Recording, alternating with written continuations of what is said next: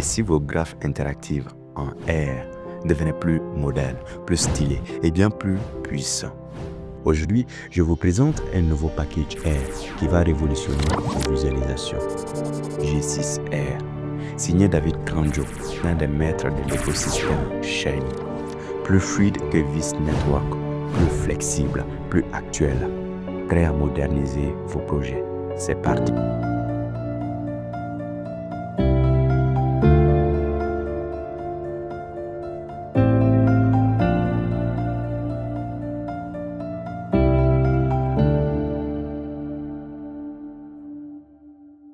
Aujourd'hui, je vous présente un nouveau type de contenu sur cette chaîne, la découverte et l'exploration de packages R innovants. Si vous aimez ce format, pensez à vous abonner et à cliquer sur la cloche de notification, car j'en publierai régulièrement pour vous aider à enrichir vos projets R et R Shiny.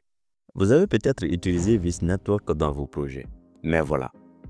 La bibliothèque JavaScript en arrière-plan, qui est vis.js, n'est plus maintenue et devient vieillissante. David Grandjo, expert Shiny et auteur de packages tels que BS4 Dash et Shiny Mobile, a cherché une alternative plus moderne. Et il a trouvé G6, un moteur de visualisation graphique développé par AntV, le même groupe que Ant Design. Résultat, un nouveau package R baptisé G6R, cousin du célèbre G2R de John Quinn. Prête à voir comment ça marche? Allons-y. Comme le package n'est pas encore sur CRAN, on l'installe depuis GitHub avec Remote. On commence par charger le package comme d'habitude avec library entre parenthèses G6R. Bien entendu, ce fichier se trouve dans mon GitHub dont le lien se trouve au niveau de la description. Veuillez vous y rendre pour le télécharger, pour faciliter la visualisation.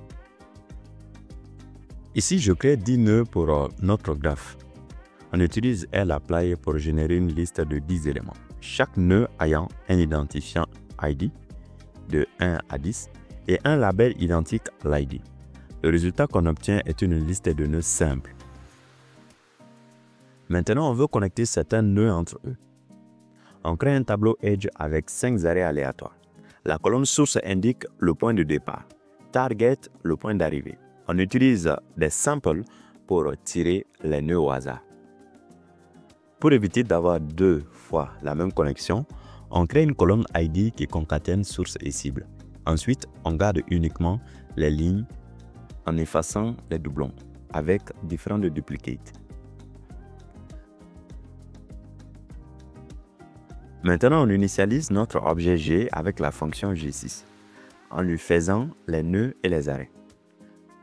On applique une disposition automatique. Ici, un layout de type force directed inspiré de 3.js.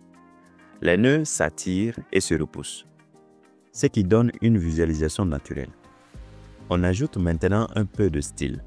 Un fond rose clair derrière les labels, un arrondi, une police Arial et un padding horizontal. Le label texte est défini avec du JavaScript pour afficher l'ID du nœud. Ensuite, on ajoute un plugin Minimap, une petite carte qui permet de naviguer facilement dans les grands graphes.